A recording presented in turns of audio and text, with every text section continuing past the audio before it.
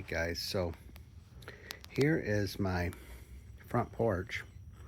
I previously showed you guys my prep video in the test area where I didn't have the right color. I kind of followed the same application here. I didn't record most of this because it was a job, but so far I'm happy with the way it looks. So where I'm at right now is my last coat was yesterday about 5 o'clock. And I'm going to go ahead and neutralize this morning. And I'm going to do that with a baking soda water mix. But I wanted to show you kind of what I ended up with here for my color before I neutralize and then put the clear sealer on, which obviously the clear sealer I have is a wet look. It's going to darken that up. But let me show you what I did here. I went over the whole area and I did coffee. Where I wet the area down, I put the coffee in with the sprayer, and then I actually brushed it in for the first coat.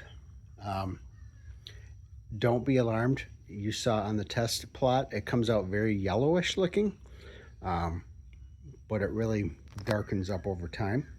So I was shocked, when the coffee first comes out, you don't think it's going to work, but it looks pretty good.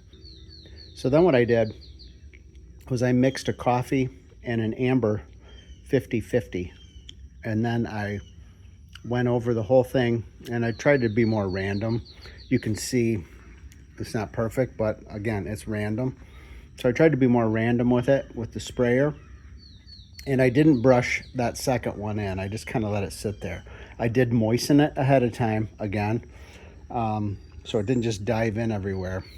Looks a little sketchier in here, but I think it's all going to tie together better once I have the sealer on it. So what I did here on the stoop area is I did the 50-50 mix of amber and coffee, and I just brushed it completely in. So it looks quite dark right now, so that could almost be black, I guess, when it gets sealed. But the reason I did that is I didn't like how it was looking extra splotchy up here, and I had started to do a little bit of the outline with the brush, and then I didn't like the way it looked, so I just went over it completely solid, and I figured that gave it a little differentiator from the rest of the area. And then the final thing I did, and I went over this twice, and I brushed this in completely. So this is the smooth area of the concrete right here. So I went ahead and just brushed that in all the way around. That went on really nice. And I just wanted to kind of make it a little bit fancier, detailed edge, if you will, I guess. And it certainly looks different because this is the smooth area of the concrete and this is the rough brushed area. So I think it offsets it nicely. One word of caution, there was a few areas, and I'm pretty happy with the way it turned out, but there was a few areas where I did some hole repair and some concrete repair using some silicrete, like a Portland cement mixture, but I don't think it was exactly Portland cement, and it absolutely did not take the stain. So it looked pretty ridiculous. I had a few areas. You can see it right here. I'm sure it's very defined in the camera, but this area here did not take stain, and it was very yellowed looking, kind of white. It just looked like a streak. So what I ended up doing here, and I think this looks pretty good. You really can't see it as much when you're not zoomed in just like this, but I just took some exterior brown paint that I had, and then I also had some a little bit of black paint, and I just kind of mixed it together. I'd say it was 3/4 water and then a little bit of brown and black, and I just kind of dabbed it in with the brush in different areas and kind of painted that area. So hopefully that'll be okay under the sealer. But yeah, once you get up here, it really doesn't stand out. I had this similar thing right here.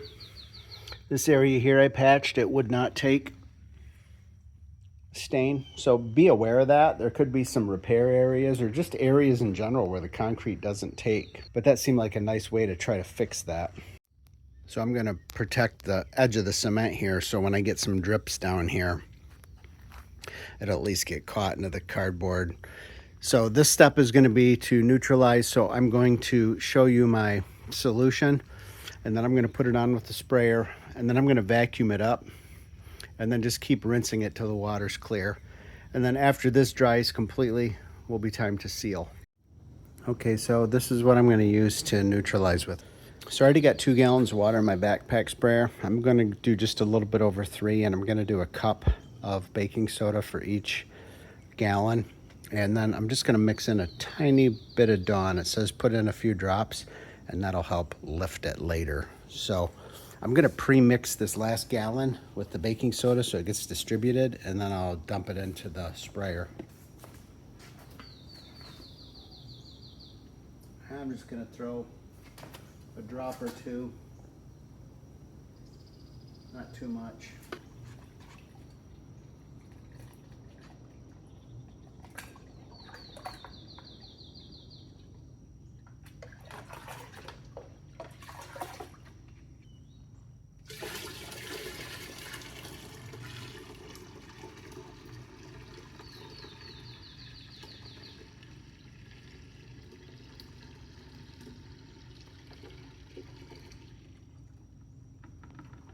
The sprayer is pretty amazing. Of course, I didn't use this for the stain. I just used my 1 gallon sprayer. Once we get closer to wrapping up, I'll show you exactly what I used for each of the stains. Sorry again, I didn't really film a lot of the application, or I guess I didn't film any of the application of this one, but I at least wanted to show you guys the finished product. It's really hard to see, like I said, when you're doing it, what you're gonna end up with. So I think it's more important to look at it towards the end. So this sprayer is incredible. I'm going to do a separate review on this at some point, but holds the 20-volt battery inside here. I'll show you that. I got my 5 amp hour one in there right now, but this would probably run for 2 hours on a smaller battery. Yeah, you just will turn it on, and I'm at a low setting right now. That'll be sufficient. We'll start neutralizing it.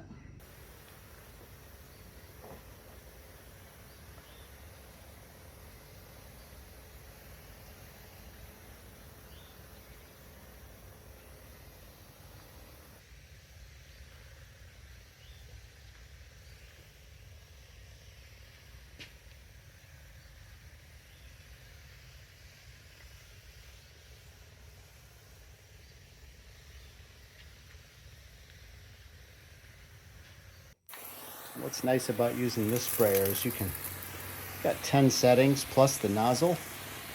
You can really adjust the amount you put on. It's kind of nice because I'm making sure I'm not wasting too much. I feel like I'm getting every little crack versus trying to put it on with a pail and water. And I feel like I got a pretty good distribution of the baking soda in here. I could go a little heavier, but I want to at least ensure I get a good coverage over everything first with the mist and all the cracks, and then I can go over it later with maybe a heavier spray.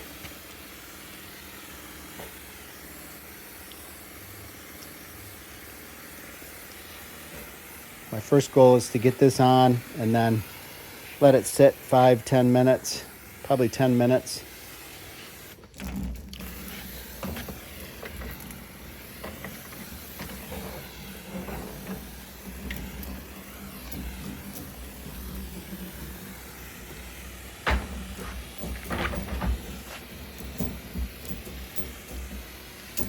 There's where the swing was.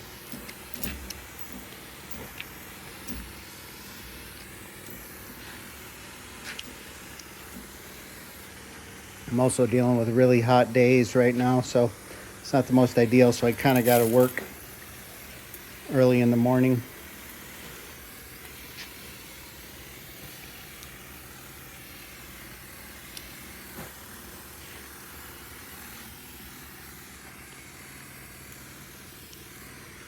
The other thing you can neutralize with is ammonia and water. The baking soda seems easier to find it. I was searching Lowe's, and Amazon and Walmart and everything, and just on the app. I didn't go in the store, and I could not find straight up ammonia anywhere. I don't know if it's like a restricted chemical these days, but you can find cleaners that have ammonia, but everything was mixed. This probably gives you a real preview of what it's going to look like when it's sealed. So pretty dark over here with kind of like some lighter marbling in it. And this is the darkest area. Now when we come down here, we'll have that kind of look, which I think is nice. It's way less dramatic when it's sealed versus when it's dry, like when I first showed you. I tried to spray down and vacuum up most of the residual green acid that comes off, and then now I'm just about finishing up here. Just want to make sure my water's running clear, and it looks like it is. I'm not really seeing anything come off yet.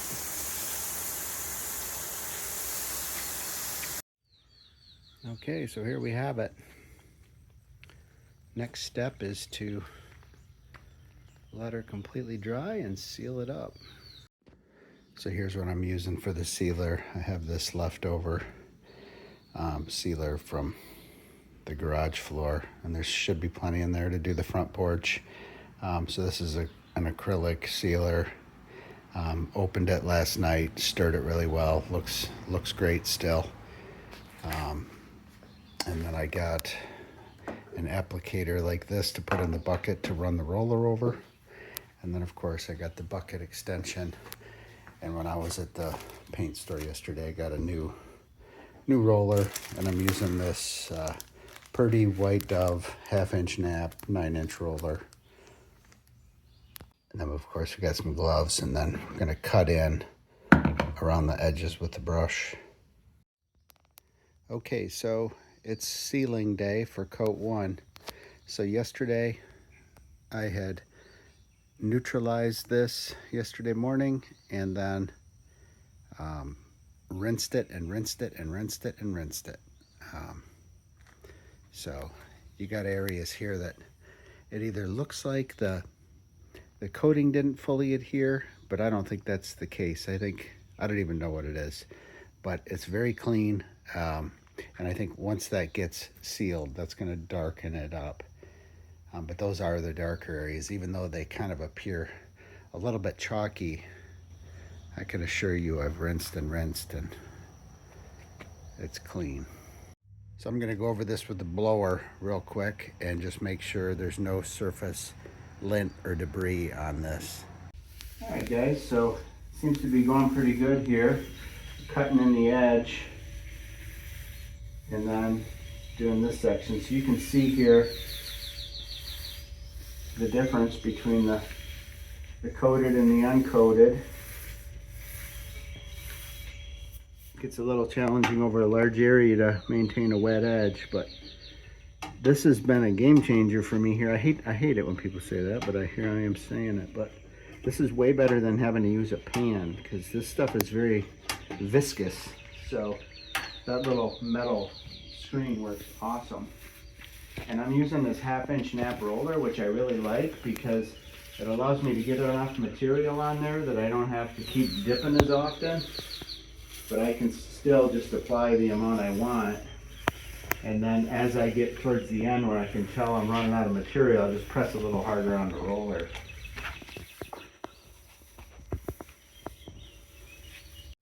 All right, we got all the tools cleaned up for the first coat. Just used a old 5-gallon bucket and a bunch of acetone to clean the tools.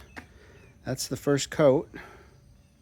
So I'd say it's about 30 to 50% dry already. So it's really diving in on the brushed concrete, and you can see how on the smooth part it really holds out. So I don't know how much wet look we're gonna get after our second coat with how porous it is, but we'll see.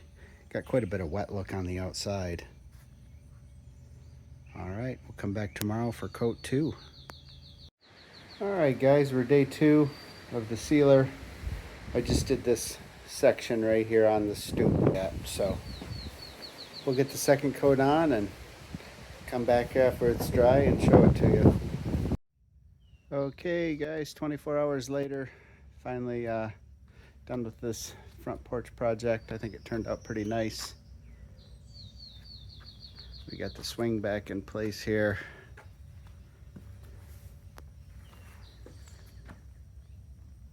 Hopefully this will give you guys an idea of what this acid stain looks like with these colors mixed together. I wanted to show you guys one more video. So rained pretty heavy last night. You can see a little bit of remaining water here, so has quite a bit of holdout. This is from about 9 o'clock last night. So some of it's dried now, but looks pretty good.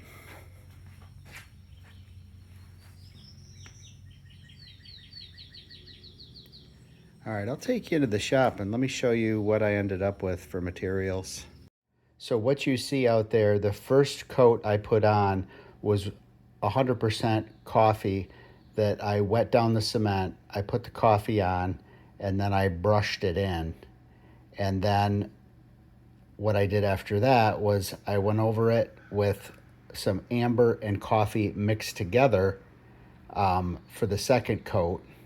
Then at the end, I went over it a third time in just a few spots, just to fix some of the areas where you'll notice in the video where I had a lot of extra swirl marks from the sprayer. So I filled in some of those spots. But overall, I ended up using this entire thing of coffee, and I used probably about half of this thing of amber. Now, some of this was used on my test plot on the side of the house, but for the most part, I did 215 square feet with 2.5 coats in areas, and I used about 1.5 gallons. So certainly you could probably get by with 1 gallon, but especially if you want to mix some colors, I think you're better off going ahead and just having 2. The other main tools I needed for this project were certainly, it was good to have this acid brush. I picked this one up from Lowe's. I'll see if I can find one on Amazon to put a link for you in the description. I got this project pole from Lowe's, which is awesome to have. Otherwise, you're down on your hands and knees breaking your back. So I just screw the acid brush onto this. I had actually just broke one of these a while ago on a painting project, so I just replaced that. And then, of course, I got a small little 1 gallon Chapin sprayer. This worked really well. Had a pretty good adjustable stream on it. And what I was surprised by is actually how well these things clean up. You see a little bit of acid in the bottom, but pretty much when I was done with every one, I would fill it up with water and rinse it out, and then I would fill it up with clean water again, and I would just put the lock on the sprayer and just let it run into the rocks just to clean out, and it cleans up really well. All right, guys, we're going to close it out here. I appreciate you coming along on this little project. Hopefully this is helpful to you, and if it was, go ahead and hit that like button. Love it if you want to share this video, and if you're not already a subscriber, consider subscribing, and we'll see you on a future video. Hey guys, Tennessee Yankee. Thanks for watching. If you found this content helpful, go ahead and hit that subscribe button on your right. I have other content linked for you on the left side. Otherwise, we'll see you next time. Thanks again for watching.